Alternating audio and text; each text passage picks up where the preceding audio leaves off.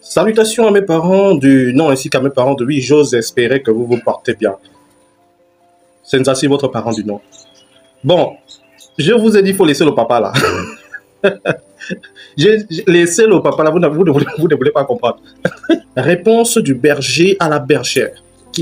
Alors, sur sa page Facebook, Monsieur Raymond Dansima répond à mes parents de la société civile qui ont cité son nom.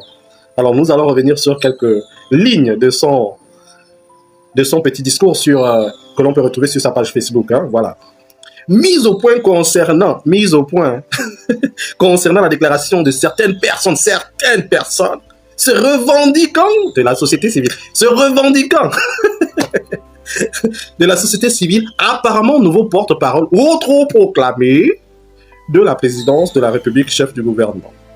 Non, du président de la République, chef du gouvernement. Je constate, en visionnant différentes vidéos, qu'un groupe de personnes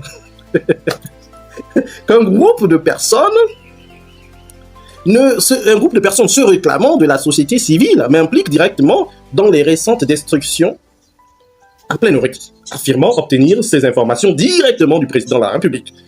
Ces déclarations infondées, tristes reflets de manœuvres politiciennes que nous pensions révolues, témoignent d'un culot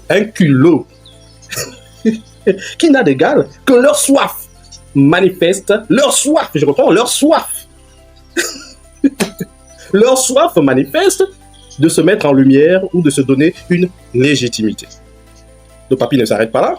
Avant toute chose, je tiens à exprimer ma profonde compassion envers celles et ceux qui ont été déguerpis. Tous ceux qui me connaissent savent à quel point je suis attaché à la dimension humaine dans toutes mes actions. Oui, papa, même moi-même, je suis témoin. Moi-même, je suis témoin. J'ai vécu quelques mois là, au PK8, j'ai vu. Voilà, la dimension humaine, là, j'ai vu. Certaines personnes ayant développé une facilité à accuser, ayant développé, donc c'est un cancer, c'est quoi exactement? Développer c'est une maladie, je ne sais pas, bon, bref. Je m'interroge. Certaines personnes ayant développé une facilité à accuser et à indexer les gens personnellement, je souhaite leur rappeler que la fonction de Premier ministre était une fonction officielle. Celui-ci représentait le gouvernement et n'agissait nullement à titre personnel. Bien. Le président de la République a un porte-parole officiel. Il n'a nul besoin d'usurpateur pour exposer son point de vue à la population. D'usurpateur pour exposer son point de vue à la population. Le mélange des genres qui veut que des membres de la société civile se transforment en porte-parole du président de la République est toxique. Oh non, le papier là. Après, vous n'avez jamais, il y en a encore des gens qui cherchent à le prendre. Allons-y seulement. Et si chacun restait à sa place? Point d'exclamation. Et si chacun restait à sa place? Dans le papier là. Alors, concernant le fond de leurs propos, j'invite chacun à répondre à 3 questions de bon sens. Si j'avais déjà eu en ma possession des informations sur les personnes déjà dédommagées. Première question. Pourquoi, en tant que Premier ministre, chef du gouvernement, n'ai-je pas moi-même requis le génie militaire et organisé la destruction des logements concernés? Pourquoi? Première question. Deuxième question. Pourquoi ai-je fait procéder à un inventaire des maisons impactées par le projet et à une estimation du cadre bâti, en m'arrêtant spécifiquement à la zone 1, allant du bord de mer à l'espace derrière l'Assemblée nationale? Ça, c'est la deuxième question. Troisième question. Pourquoi ai-je chargé l'agent judiciaire de l'État de saisir et d'obtenir des ordonnances d'expulsion du tribunal? Troisième question du papier. Bien, il va continuer. Au cours de mon mandat, j'ai organisé un grand nombre de réunions à la primature sur ce dossier, avec tous les départements ministériels et les services techniques concernés, prouvant mon attachement rigoureux aux procédures. L'accélération de ce dossier 30 jours seulement après mon départ de la primature, confirme qu'un certain nombre de personnes me cassaient du sucre sur le dos, pointant ma prétendue tendance à traîner les pieds et à ralentir l'avancement des projets.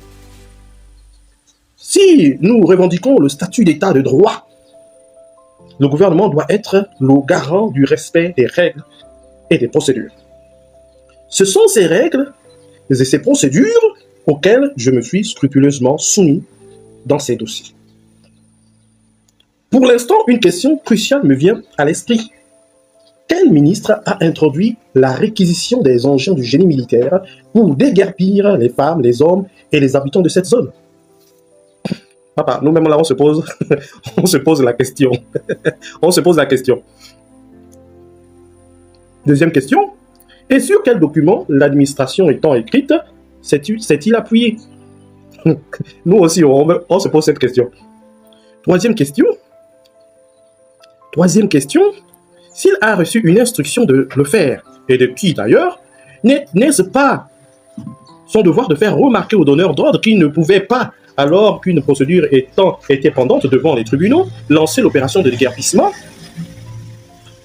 Je suis parti du Gabon le dimanche 1er juin 2025 pour des raisons de santé afin de subir une opération que j'avais reportée en mars dernier pour me rendre disponible pour la campagne à l'élection présidentielle. Aujourd'hui, je me remets progressivement. La situation actuelle à Plein-Oretti doit interpeller les populations ainsi que les gouvernants sur le respect de la loi. Les déclarations des membres de la société civile qui se sont rendus sur ce site sont irresponsables. Je reprends. Les déclarations des membres de la société civile qui se sont rendus sur ce site sont irresponsables et inacceptables. C'est pourquoi, dès mon retour au Gabon, nous nous retrouverons devant les tribunaux.